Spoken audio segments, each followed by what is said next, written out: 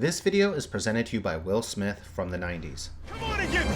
Come and get me! Oh, what are you shooting at? Where you at, baby? Come on! When it comes to 2019 superhero films with a female lead, the film Captain Marvel is the best of the bunch. It was a groundbreaking film where finally females, at least white ones, had someone to inspire them. For far too long, the Marvel Cinematic Universe only provided female empowerment through African American females like Okoye, Nakhia, and Valkyrie. But who was there to inspire white women and girls? Maria Hill? No way! She did not get enough screen time. Natasha Romanoff, the Russian? No thanks. I like my heroes American. Scarlet Witch wasn't much of an inspiration either. She went dick drunk over a robot. I just feel you. As well as being, well, hello, she's a goddamned witch! And of course there was the Wasp, the exact opposite of inspiring. She played the sidekick to a convict who used her father's technology. Talk about being only one step above barefoot and pregnant. You know, my Pep always said, if you want to do something right, you make a list. So we should do that. 1, we have to break into that lab. 2, we have to kick out Foster and Ghost. 3, we're gonna have to fight Ghost. That seems like it should be part of 2. 2A, right? Let's call it 2A. So while it was great that Captain Marvel was able to be an inspiration for the second most powerful demographic in Western society, white women, she fell short of really being a heroic character that uplifted and inspired the masses. I am Jim Huss, and this is Captain Marvel is Not a Hero. This video is brought to you by Samuel L. Jackson, learning about different cultures. What? What country you from? What ain't no country I ever heard of? They speak English and what? When it comes to heroism, it is an all-encompassing character trait. Look at Christopher Columbus. Over 1 billion people currently live on the continents that he was the first major European to discover. Over 1 billion people are living on some of the most industrial and advanced land on the planet because of him. 2 world wars were stopped because of people from these continents. Talk about a heroic man and discovery. But his mass slaughter and enslavement of native peoples has completely negated his heroism. A similar argument can be made against Captain Marvel. We can't just say Captain Marvel is a hero because she is quote-unquote heroic in a few instances, while overlooking how truly vile she is in all other aspects of her life. When it comes to Carol Danvers, she is just reckless. She fights a Skrull on a crowded train where innocent bystanders can get hurt.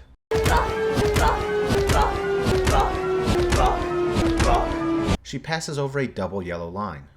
Let me repeat that. She passes over a double yellow line. According to the National Highway Transportation Authority, unsafe passing leads to over 22,000 accidents a year. And she doesn't even signal. Come on, girl. Set an example. A study by the Society of Automotive Engineers shows that 2 million accidents a year are caused by not signaling. On top of that, she is a thief and steals an American-made motorcycle from what is clearly a hard-working and upstanding member of the community that just wants people to smile. You're lighting up, honey, huh? Got a smile for me? According to the FBI, over 773,000 automobiles were stolen in 2017 at an average cost of $7,708. Captain Marvel contributed to an annual problem that costs over $5.9 billion a year. She is also a legitimate cheater and doesn't deny it. But you cheated.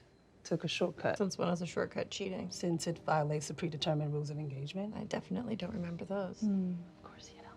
A true hero knows that you have to be better than your enemy or you become them. You should also be courteous and respectful to your allies, not torment them with exposure to dangerous animals. The cat? This isn't what you're afraid of, is it? That's not a cat. That's a flurkin. According to Stop Bullying, people who are perceived as different from their peers are often at risk for being bullied. Captain Marvel truly shows this by picking on the green freak with messed up teeth. Your people are terrorists. But what really has me confused is the hullabaloo about Captain Marvel being a feminist icon. I don't know how you're gonna get it through all that. Don't worry.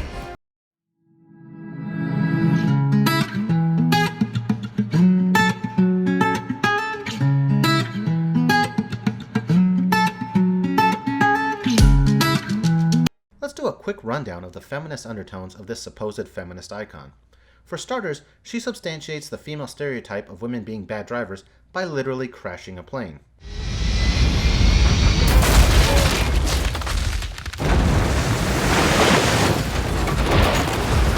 She then goes on to literally physically assault a computer like every woman who has ever thrown her phone because she lost at Candy Crush. Carol Danvers literally attacked a computer.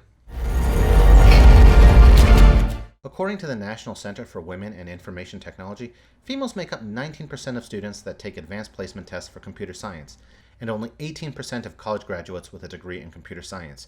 A true model in computer science would have used code and not violence to beat a computer. And to top it all off, the emotional climax of the movie is a montage of her standing up after falling down. Hello, that is normal. Falling down in Little League is not a death sentence where the batter slowly withers away and dies. No evidence is even available to indicate that anyone has ever died from falling down at home plate in baseball. This video is brought to you by our sponsor, Brad Pitt yelling in a field. Show you with the box. What was in the box? What's in the box? What's in the fucking box? Credit is due where credit is due, and Captain Marvel did save the Earth from a missile attack. She did this by destroying a ship, killing all of its combatants.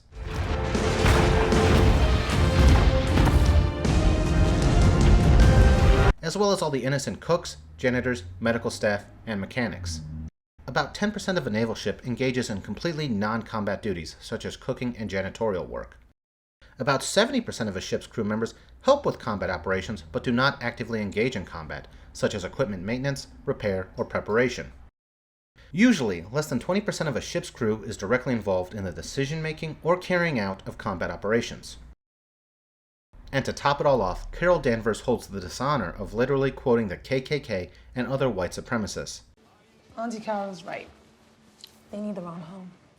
It is as if her character was directly inspired by the most famous American racist of all time, Walt Disney. Jim Hoops, ENT.